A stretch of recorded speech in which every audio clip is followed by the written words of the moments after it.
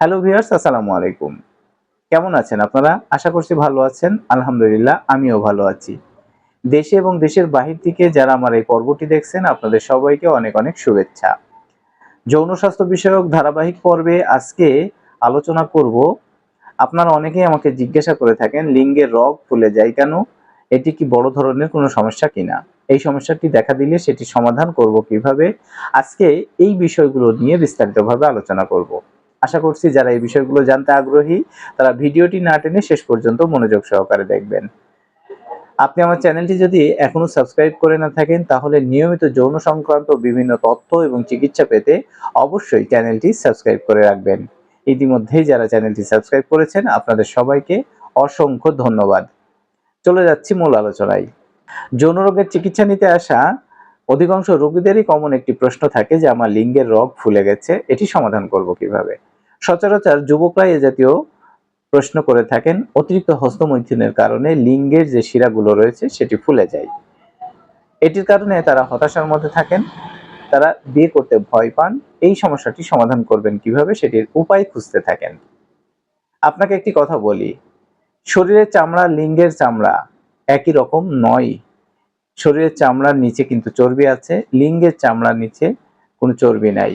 লিঙ্গের চামড়া শরীরের চামড়ার তুলনায় অনেক বেশি পাতলা হয়ে থাকে। তার কারণ হচ্ছে লিঙ্গ যখন ইরেক্ট বা শক্ত হয় তখন কিন্তু সেটি লম্বা হয়ে থাকে। সেজন্যই কিন্তু লিঙ্গে কিন্তু দু ধরনের রক্তনালী পাওয়া যায়, একটি হচ্ছে শিরা আর একটি হচ্ছে ধমনী। সাধারণত লিঙ্গের চামড়ার নিচের শিরাগুলো ফুলে থাকে, অতিরিক্ত হস্তমৈথুনের কারণে এই সমস্যাটি হয়ে থাকে। তাহলে এক্ষেত্রে আপনার করণীয় কি? এটার চিকিৎসা পদ্ধতি বা কি? এখানে একটি বিষয় আপনাকে লক্ষ্য রাখতে হবে, আপনার লিঙ্গের মতো আপনার অন্ডকোষ বা অন্ডথলিতেও এই জাতীয় কোনো সমস্যা হয়েছে কিনা সেটি ভালোভাবে দেখবেন।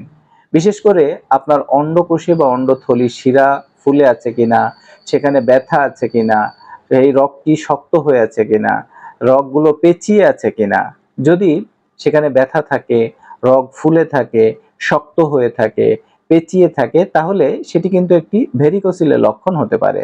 যদি ভেরিকোসিলের লক্ষণ হয়ে থাকে তাহলে অবশ্যই আপনাকে বিষয়টি গুরুত্ব সহকারে বিবেচনা করে চিকিৎসা গ্রহণ করতে হবে। আর যদি আপনার শুধু লিঙ্গের চামড়ার নিচে শিরা ফুলে থাকে তাহলে এটি নিয়ে এত হতাশা বা দুশ্চিন্তার কোনো কারণ নেই। সাধারণত আপনার শরীর স্বাস্থ্য ঠিক থাকলে বয়স বৃদ্ধির সঙ্গে সঙ্গে এটি এমনিতেই ঠিক হয়ে যায়। দর্শক, এখানে একটি বিষয় আপনাকে লক্ষ্য রাখতে হবে, আপনার লিঙ্গের যে রগ ফুলে রয়েছে সেটিতে ব্যথা আছে কিনা, সেটি শক্ত হয়ে আছে কিনা, সেটি পেঁচিয়ে আছে কিনা। এই রগ ফুলে থাকার কারণে আপনার লিঙ্গ শক্ত হলে ব্যথা করছে কিনা, কিংবা সহবাস করতে গিয়ে আপনি ব্যথা পাচ্ছেন কিনা, আপনি লিঙ্গ রগ ফুলে থাকার কারণে আপনার দ্রুত বীর্যপাত হয়ে যাচ্ছে কিনা, আপনার বীর্যটা দিন দিন পাতলা হয়ে যাচ্ছে কিনা, অবশ্যই আপনাকে খেয়াল রাখতে হবে। লিঙ্গের রগ ফুলে যাওয়ার কিন্তু আরো কিছু কারণ রয়েছে, যেমন যারা অতিরিক্ত সহবাস করে থাকেন তাদের ক্ষেত্রে লিঙ্গের রগ ফুলে যেতে পারে, যারা লিঙ্গে কোনোভাবে আঘাত পেয়ে থাকেন সেক্ষেত্রে লিঙ্গের রগ ফুলে যেতে পারে, আপনার যদি লিঙ্গ জোরে চাপ কিংবা ঘর্ষণ করে থাকেন সেক্ষেত্রেও কিন্তু লিঙ্গের রগ ফুলে যায়।